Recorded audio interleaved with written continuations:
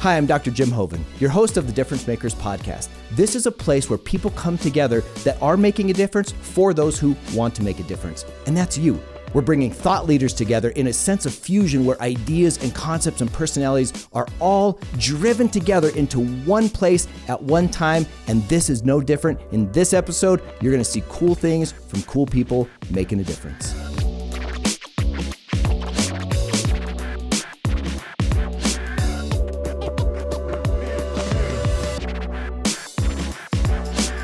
Well, difference makers, we just concluded another great show with Dr. Tim Brown.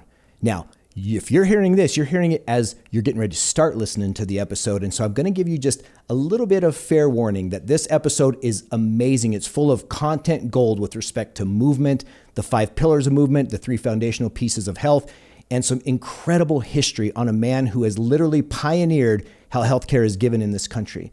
That said, he was doing this by Zoom, and there was a little bit of gitchiness that would happen on and off through the episode. So you're going to notice it at the beginning, and I'm going to encourage you to just take the time, kind of grind through just the couple seconds that are a little bit weird in their sound, and just make it through that. Because I promise you, the overall message gets through loud and clear. It's going to be worth your time and your energy to just stick with it. There's going to be things that you can take for yourself, for your families, that's going to help you be a better mover and a healthier person. And you're going to know a little bit more how all the athletes that get help and support from the things that they do in today's technology, how they got there. So enjoy the episode, hang in there, and give me your comments.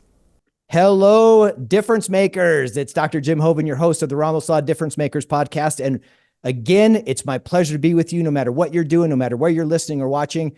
Thank you for joining us. And my job here and my actual absolute pleasure and joy is to get to talk to people who are making a difference in some area of their life and in the lives of others. And today is a very special treat for me. And it's going to be a special treat for you too, because I have with me as a guest someone that I have known for a long time, but before we knew each other, I knew of him because he is an icon in what I'll call my sport, in my industry, in chiropractic. This is Dr. Tim Brown. I have him with me, and he has been such a pioneer and a trailblazer in the area of treating athletes. And so when I'll tell a little story later about his relevance and almost his iconicness in my world. But without further ado, I want to get into this. Dr. Tim Brown. Tim, welcome to the show, man. Thanks for joining me.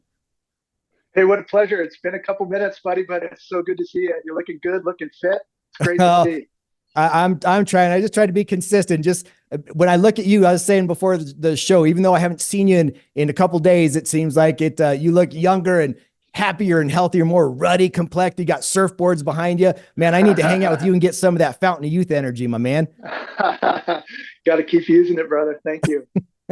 Indeed. So as we get started for the audience, we are going to be talking about, Dr. Brown and I are going to be talking about movement as kind of an umbrella thing, but then we're going to put pillars of movement and fundamentals of health into this. This is going to be a really cool show, but here's a quick story to let you guys know kind of my respect and my love and appreciation for Dr. Brown.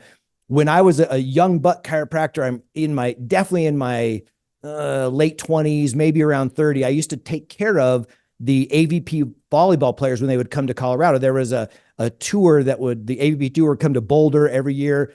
And so it was the Jose Cuervo. And so I would go down there. I was a big volleyball player. So I would go down there and I would treat the athletes.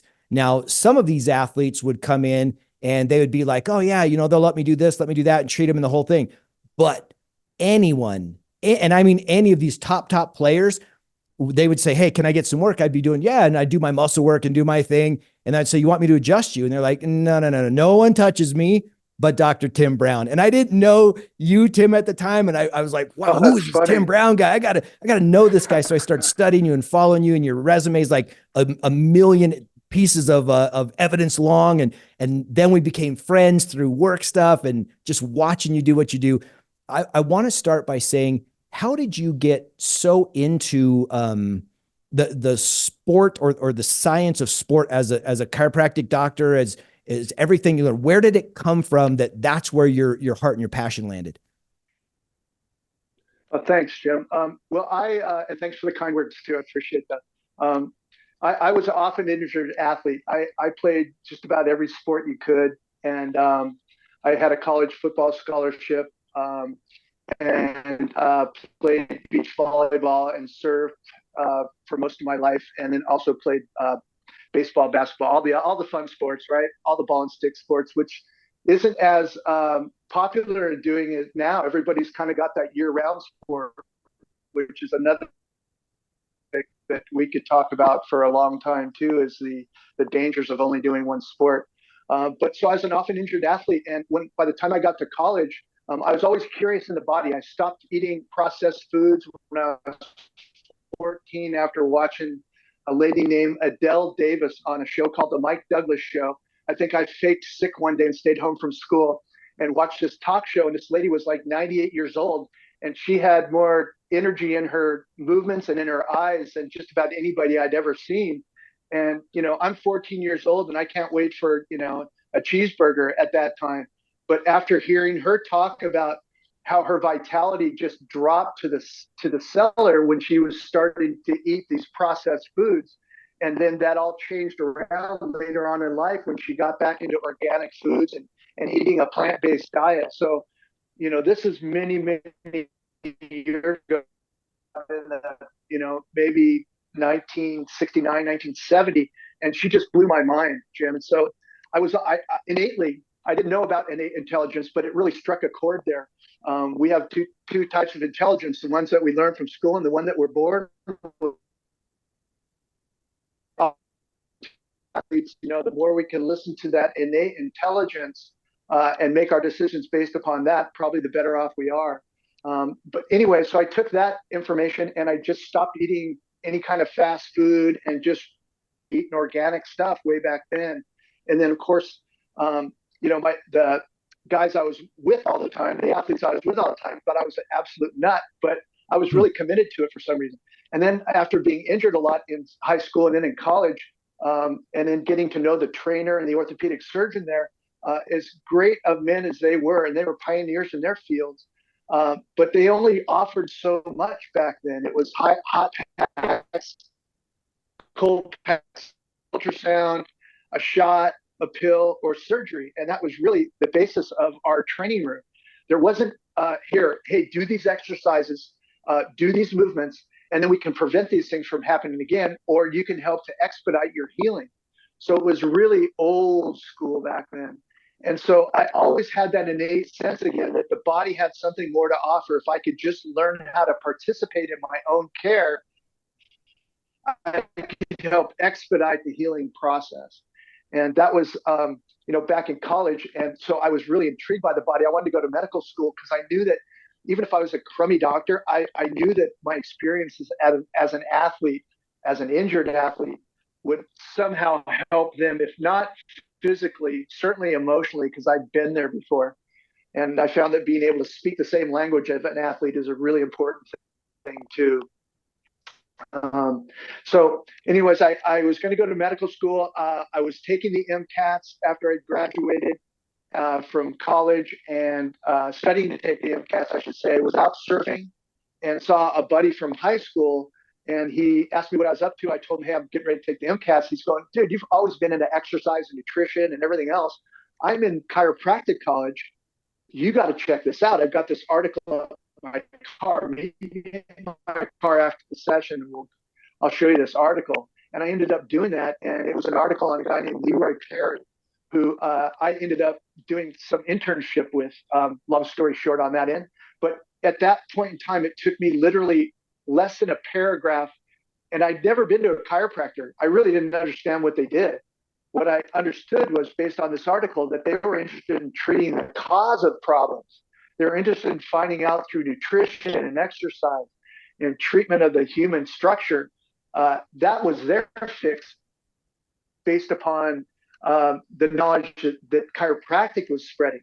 But medical school, of course, was always interested in treating the effect, the symptom, the end game. And so for me, that innate sense of that intelligence that we were born with just grabbed me by the lips and said, buddy, you're going this way. And so that day, it changed my life, my trajectory. And so I ended up applying to chiropractic college, got in, and went up to Cleveland Chiropractic College in LA. And served my time, I should say, because school for me was like jail. I loved to learn, Jim, but I hated being told what to learn. But I figured if I could just get through this jail time, I'd come out with at least the knowledge that was going to help me be as healthy as I could be the rest of my life, help those that are around me if I chose not to be, become licensed or be a chiropractor full time. I knew the knowledge base I was going to get was going to be a gift that I would treasure for the rest of my life. And lo and behold, it's been more than that. Nice. And so now fast forward, you took care of all kinds of patients. Obviously you focus on the sports athletes. You did a great job. And so now I want to jump forward in time to the point where you were using, and I remember you telling me this story in past times of us being together, you were using wetsuits on the athletes as a way to, you realize how the restriction of the wetsuit when put on an athlete, even if they weren't in the water, right? Maybe a volleyball player or something, you could use some of these wetsuit principles to guide movement. And it really changed how athletes were either able to play through injury or not get injured at all. And then how that transitioned into the concept of taping. Can you just give us that little story? Yeah, it's kind of a bit in reverse there. It was one of those things where I saw a guy that had returned from Australia. He was a physical therapist. I invited him out to one of our events, and he was showing me some really interesting taping. And so it really got me thinking because taping and bracing is an incredible challenge on the beach or in the ocean, right?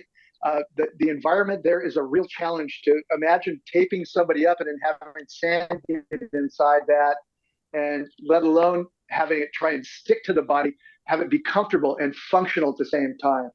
And Jim, what happened was I had a kind of a vision. I woke up in the middle of the night about 2:30 in the morning with this vision of being able to create anatomy on the skin that matched the injured anatomy underneath the skin.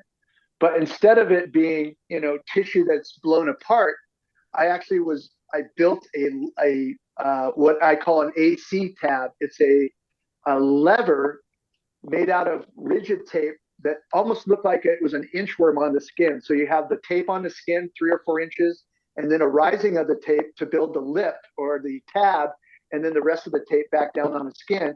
And in my mind, I was able to create a lever out of that tab. And that lever acted as a tab that would approximate and compress the injured tissue. So if you had a torn hamstring, we could literally knit that tissue back together on the surface with this rigid tape. And so I started doing that, but then I would cover it with, we didn't have Kinesio tape at the time. It hadn't come out yet.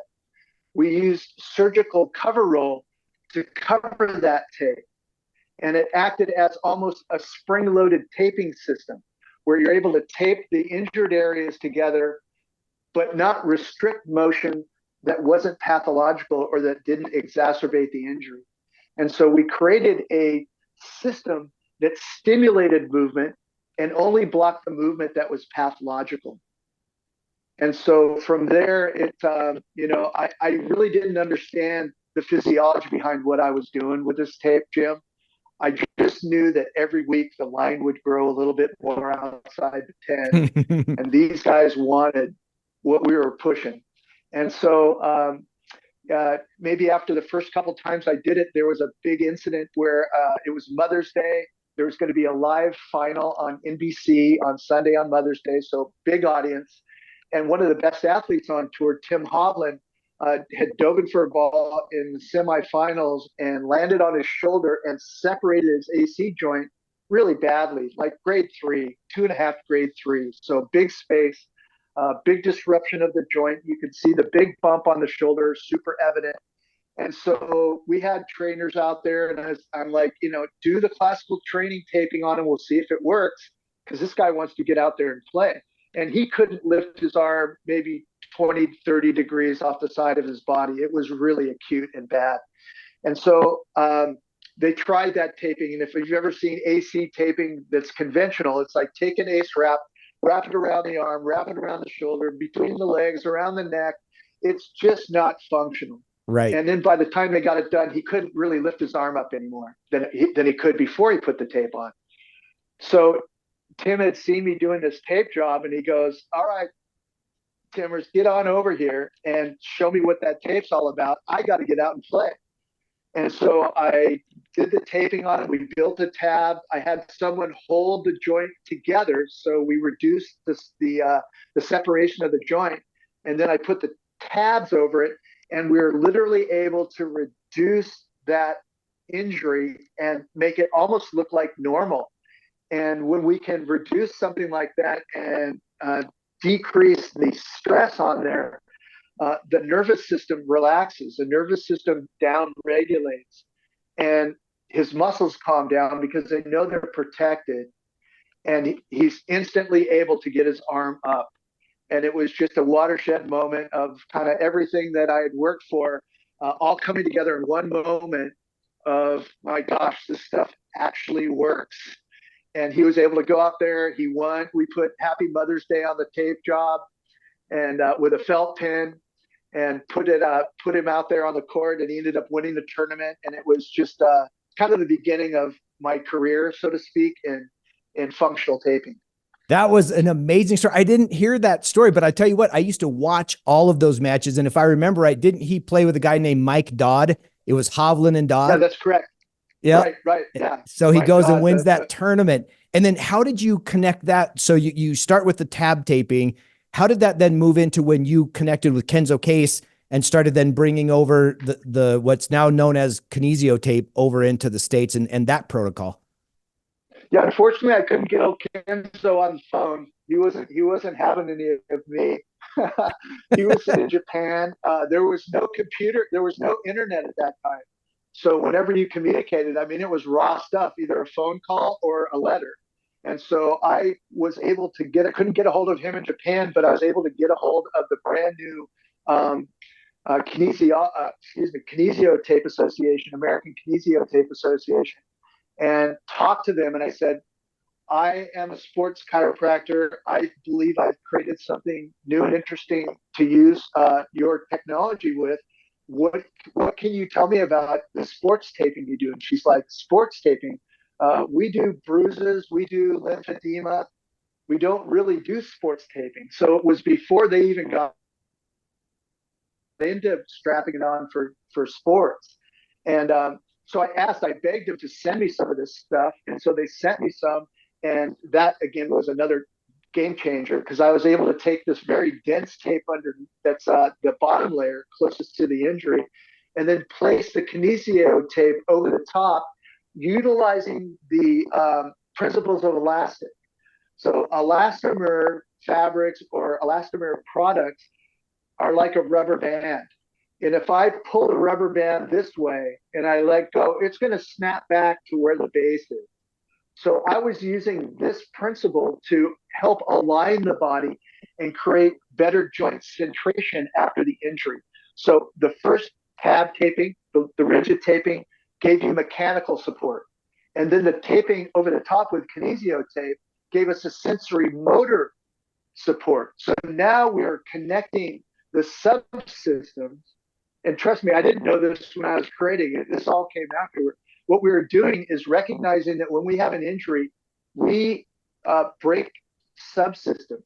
So we disconnect subsystems. For instance, an easy explanation would be if I injured my wrist and I have a hard time going into extension. Well, there's also not only a wrist here, but there's a wrist in the brain, in the homunculus in the brain. So there's an area in the brain that has a wrist in it, right wrist. And when we have an injury to this wrist, we break that connection between this wrist and that wrist. So those are subsystems, the nervous system, the brain, the muscles, those are all subsystems. We need to reconnect those subsystems if we're going to get 100% or any kind of rehabilitation. So what I found out that we were doing is we were helping the body to reconnect these subsystems. And at the same time, giving a body a warning system. So if my wrist extension hurt me here, I would design that taping to be elastic, but only allow me to go to here. So I'm still using it, creating the physiological pump, creating the connection between the subsystems while I'm healing. And I think that that's why it had such great success from the jump. Even though I didn't know what it was doing until a couple of years after I created the system, when somebody asked me to come speak about it, and I go, "Uh-oh, jig's up." I know it works. so that got me into studying the work of Vladimir Janda and Carol Lewitt, and those from the Czechoslovakian area, School of Rehabilitation. And Janda, of course, was a neurologist, but he had polio as a kid, so he was really interested in movement. And so, for those of you that don't know, Vladimir Janda was a neurologist that created upper cross syndrome and lower cross syndrome, which we all have. Everybody goes into their day every day. I've worked on the world's best athletes, I could say, at this point in time in my career, and none of them are balanced. Nobody's right side looks like the left side, nor does it operate like the same side, right and left. So to try and get the body to move towards balance is really novel, but it'll never get there. You always have to keep working towards it. And so movement is the key component to that. And so allowing people to move while they're injured, as long as they're not moving into a pathological or a position that's exacerbating their injury, becomes a really, really important thing. And so when you started doing these movements, by the way, you inspired not only a group of athletes to do things better, but you inspired a group of providers to do things better. I was one of those, Tim, where I took the course from the certification course from Kinesio tape, but you also then inspired an industry. I mean, when you look at, first there was Kinesio tape, then came rock tape, and I actually lectured for rock tape around the country for many years. And then KT and Spider Tech, and all these were an offshoot from the pioneering work that you did. So literally millions of athletes, thousands of doctors, and tons of tape companies all owe you a debt of gratitude. So I'm saying thank you on behalf of all those groups. So well done and well deserved, my brother. And so tell me this, how did you then move from that to the Intelleskin thing, which, you know, when you and I were hanging out, you know, I was wearing Intelleskin and you guys were showing me how to work out my Intelleskin. And was that just a way to save tape, or what was the situation with that? Yeah, I kept getting calls from all over the world. You know, my athletes would be traveling to Europe, for instance, and then they'd have a trainer over there that you know was doing some kind of taping, but not the taping that they wanted, the S.P.R.T taping. And so I'd get calls from the athletes saying, "Hey, can you talk this trainer through the taping and so forth?" So that happened for a couple of years, Jim, and I was flattered, but at the same time, kind of getting tired of it, because European hours are different than American hours, et cetera. So St. John Smith, who was a world champ at that time in beach volleyball, I mean, look him up, the guy's a legend, asked me one time, he goes, you know, I know we called you up, it was the middle of the night, I'm really sorry about that, I was in Italy, and, you know, we had to get this done, so I'm sorry about that, but why don't you just come up with something I can put on and take off that's like your taping, but you don't have to be there for it. I went, yeah, that's a really, really cool idea. I have no idea how that could happen, but I really like the idea.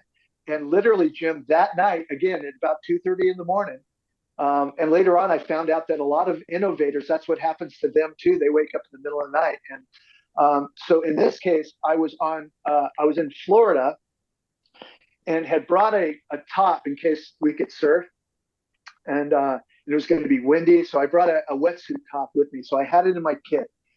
And then there was a hotel sewing kit there. And of course, I had my tape scissors. And so I saw this vision of creating a rotator cuff support system that those with shoulder injuries, which was epidemic on the beach volleyball tour, could allow themselves to heal in a more neutral position and be supported while they play in that position. So a brace that is not a brace as we knew it to that point, which is a brace that's going to stop and impede motion and support the injury in all different directions. But in this case, it would be, instead of a brace, a support system that would stimulate better posture and help to support the specific muscles that are damaged in a rotator cuff injury. And so I saw it in my head. I woke up, I cut up my wetsuit, I sewed it. I mean, and I still have this support system. I should have had it so I could show you guys at some point. But I sewed this thing up, and I sewed a neoprene strap into the top of a neoprene wetsuit. And then I was able to Velcro that neoprene to the opposite side. and so you can the person putting it on could actually pull that strap and adjust their own shoulder by using the opposite arm, and then lay it down with Velcro. And I'm 6 feet, 180 pounds or so. These guys are at least 6'3" to 6'5" on the average, and are above 200 pounds. So I wanted to make this thing so I could show these guys the next day what's possible. And they really liked it a lot. In fact, St. John's partner, a guy named Randy Stoklos, another legend, who's about 6'5" and 230 or 240, had a really bad shoulder. And St. John said, "Well, let Randy try this on." And I'm like, I'm baby size compared to this guy, but he's welcome to try it on. Long story short, he took it, he put it on. It was super tight. He wore a shirt over the top of it. But holy smokes, he wasn't going to let that thing go.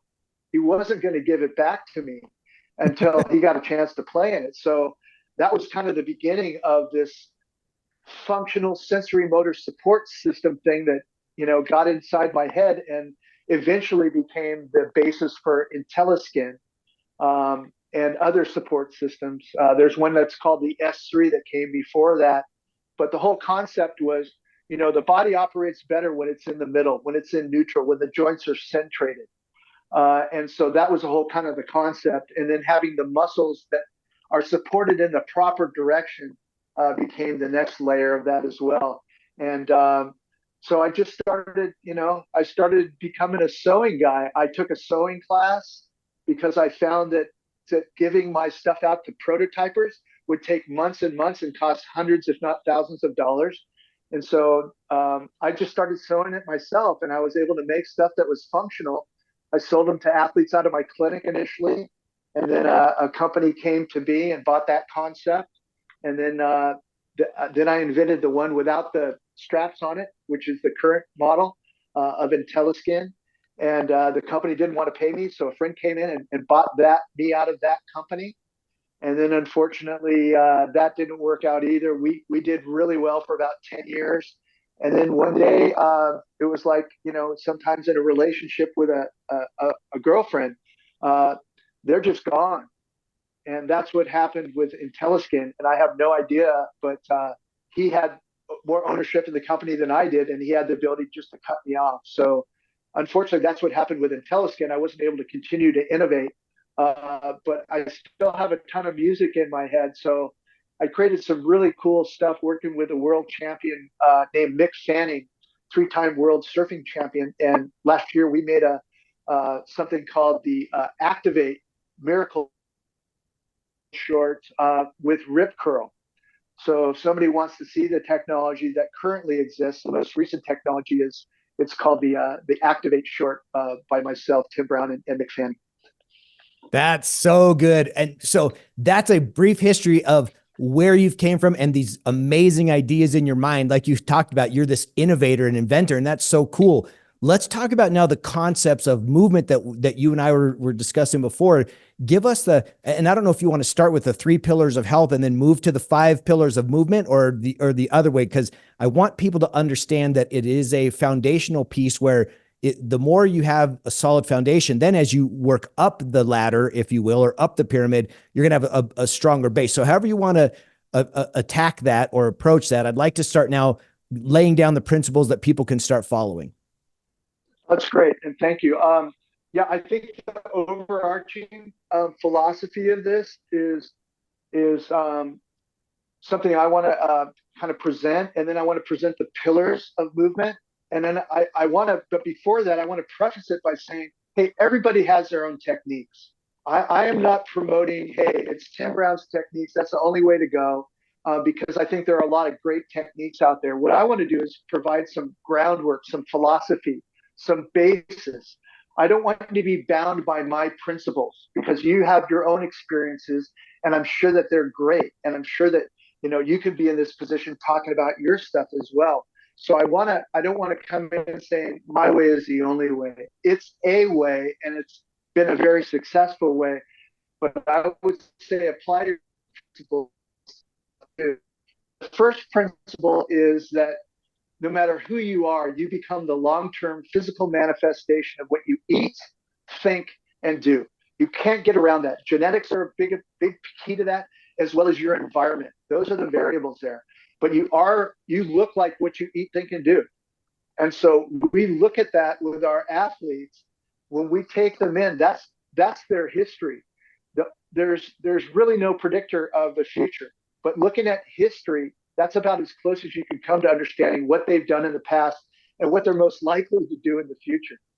So, eating a plant-based diet, making sure that you're hydrated, all those things are really, really critical. So we'll spend time after they've written down what they eat for 5 or 10 days. I want to know what they're eating and drinking, supplements, all that stuff. So that's a piece of it. That's the eat part. That's the biochemical part. Hydration is also there as well. Hydration is one of the biggest supplements that we all miss. Look, we are built to vibrate. We are energy beings. Our cells only communicate with the next one next to us based on its ability to vibrate. And I want to leave this principle, Jim. You better hydrate if you expect to vibrate. And if you're not vibrating, I mean, you feel the people's vibes. That's what we're talking about. It's their aura. It's their energy. And that energy, I mean, never goes away. It just changes form. So as it's changing form, it changes form out of our body. It starts in our body as an electron, but when it leaves our body, it leaves as a photon, which is what creates an aura or a light molecule around the body. So that's a really key component. So hydration is key. And then thinking, really quickly, there's 3 basic types of thought processes or patients that I see. One is the ego-bound patient that is always judging themselves, my work, everybody's looks. The patient, the one's very judgmental. That's a patient that's spending most of their time thinking about the past. So everything that they look at, they may walk into a party where they've never met anybody before, but it's always with a screen door in front of them because they judge everything based upon the past. The other extreme is that one that's always under stress, that one that's, that's really nervous, that's really, that can't put it down, that's always overthinking. They're thinking that the only way that you can have stress, Jim, and this is a huge one, and I learned this one at a very critical time in my life where I was under big stress and I needed to make a change and understand the mechanic of stress. And this is big. And you can only be under stress if you're thinking about the future. And like I said before, I've never met anybody that can predict the future. So those are the 2 extreme patients that I get. You get the rare one in the middle that's there looking you in the eyeballs, that's fully present. That's the goal, is to be fully present in this life. We want to use plan. We want to use the past as a learning tool, but we need to really own the present, both in healing, when you're working with somebody, when you're working on a project, when you're speaking with someone. Those people that are really present versus the ones whose eyes are shooting off to the side, etc. So that concept is really key. And then thirdly is, what you do. And what we do as humans is we're built to move, right? Life is movement and movement is sensory.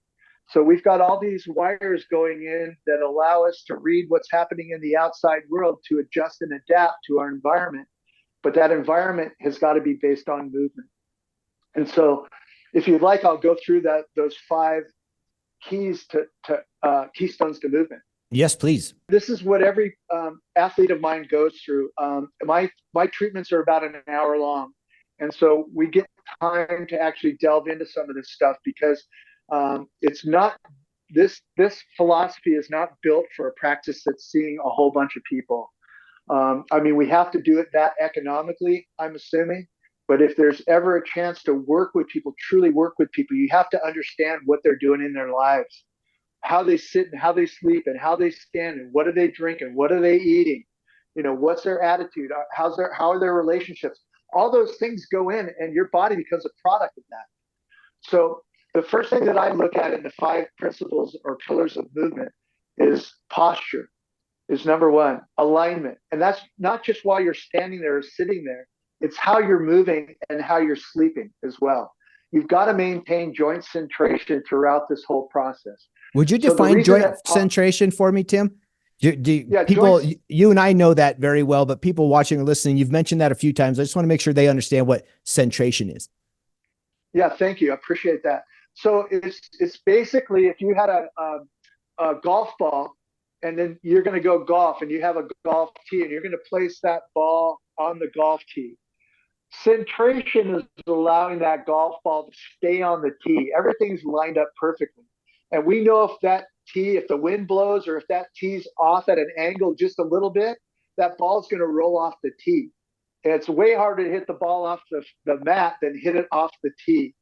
And it's the same thing for the body. It's way easier to move a joint that's aligned and centrated than it is to move a joint that's not in alignment, it's not where it's supposed to be. Now you got people pulling on you as you're trying to get that ball back on the tee, and that's going to be an issue. So that centration is all about where everything's lined up nicely. And by the way, when that happens, not only are you lined up nicely, but the brain and the nervous system, the wires that communicate with that area, are wide open and free, and the energy is flowing back and forth, and there's a free exchange of feed forward and feedback on that. Thanks for that. Okay, continue on with your Sure. 5 pillars. Thanks for that Okay. definition. That's super huge. Yeah, no problem. And so after you understand posture and alignment through not only again static but also through movement, now we talk about breath. And when I was in school, a couple things really weren't talked about a whole lot. One was breath. That was for sure one thing, and the other was hydration as well. So those things are really key. So breath, in 1988, I believe the Nobel Prize for Medicine and Physiology was won by 3 doctors from Europe, and they created an understanding of what nose breathing does physiologically. And what it does is diaphragmatic breathing we're talking about. So when you take the breath in through the nose, instead of your breath coming up as you breathe, it goes down all the way into the belly, around the back, 360 degrees. And what they found was that when you intake breath through the nose, inside your sinuses is stored nitric oxide. And so when that is stored in there and you breathe in through your nose, it mixes with the oxygen. And when those molecules attach to that oxygen, it creates incredible things in your body, up to 20% more oxygen into your blood. And it also vasodilates the lower lobes of the lung. So we're able to take in more oxygen. And by slowing down the breath on the release, so the classic yoga breath is 4 counts in, hold for 7, let it out in 8 counts. The longer it takes to let that air out, the more your body flips into parasympathetic mode, into rest and restore. So breath not only supplies that oxygen, breath not only supplies support for that cage around your diaphragm. Those are familiar with DS will understand this, dynamic neuromuscular stabilization. The core and breath are critical to transferring energy from lower body to upper body and back. They're also critical for bracing. So your core needs to be braced, and that's what protects your low back and other parts of your body. So it's critical for not only physiologically feeling better, but it's also critical for proper movement and protecting your body. So that's the breath piece. So understanding diaphragmatic breath and learning to use diaphragmatic breath with movement. And that formula is relatively simple. If I'm pulling something towards my body, I'm breathing in. So I'm taking a breath in. If I'm pushing away from my body, I'm breathing out. Just like if you were sprinting. As you started to run, breath goes out. So learning to use breath, and there's no better illustration, Jim, than watching a boxer. Boxers have to nose breathe, have to breathe perfectly while they box, or if they get tapped when the breath is wrong, they're going down. They can't protect themselves. So it's really a protective thing with the breath, as well as getting the oxygen into the system, as well as neuromodulating the nervous system and putting it into that parasympathetic rest and restore stage. Thirdly is mobility, right? This is a big term in fitness, mobility, mobility, mobility. Well, mobility is really critical, but it's better off learning mobility after you've understood what posture, how important posture is, how important breath work is. Mobility, I break down into 3 compulsory areas. You only have to be loose and mobile in these 3 areas, Jim. That's all I'm going to say. So it's this mobility in every spot of our body is false. We need certain areas in our bodies to be stable, but it's critical that those areas that are stable are fed by those joints that are mobile. So if, for instance, if my hip isn't mobile, my low back and my knee, which are built to be stable, are going to pay the price. So the 3 areas that you need to be mobile in are the ankle and specific movement called dorsiflexion. That's the ability to flex your knee over your toes. Dorsiflexion should be 45 degrees. And then your hips. Your hips have to have full 360-degree mobility. Front, back, inside, outside, and circumduction, or around in circles. They need to be free. And then the third and final area is your thoracic spine. That's your mid-back. So at the base of your neck down to below your ribs is your mid-back and your rib cage. They often move as one. And because of the sitting society that we live in, because of oftentimes the lack of mobility that we go through in our 8 hours of work or being at school or being on devices, these areas lock up. And so they are the most important areas to have mobile in the body so that the neck can be stable. If the thoracic spine is too tight, the neck loses its stability. The shoulder loses its stability. All these that we have that are outside of the 3 that I mentioned become less functional. Performance goes down, recovery time goes up, and injury potential goes way up as well, Jim. So that's the mobility piece. And then thirdly, or excuse me, the 4th piece is going to be your stability. And we talked about it a little bit earlier on. When you injure your body or when you haven't used a part of your body for a long time, you disconnect your subsystems. So you're disconnecting that body part from the nerve all the way up to the brain. And when we disconnect there, we lose coordination. Think of white guys dancing at a wedding. You know, not a lot of rhythm there sometimes. And so That'd be what me. happens is, yeah, I'm with you, brother. And so by reconnecting these subsystems, we can smooth those movements out.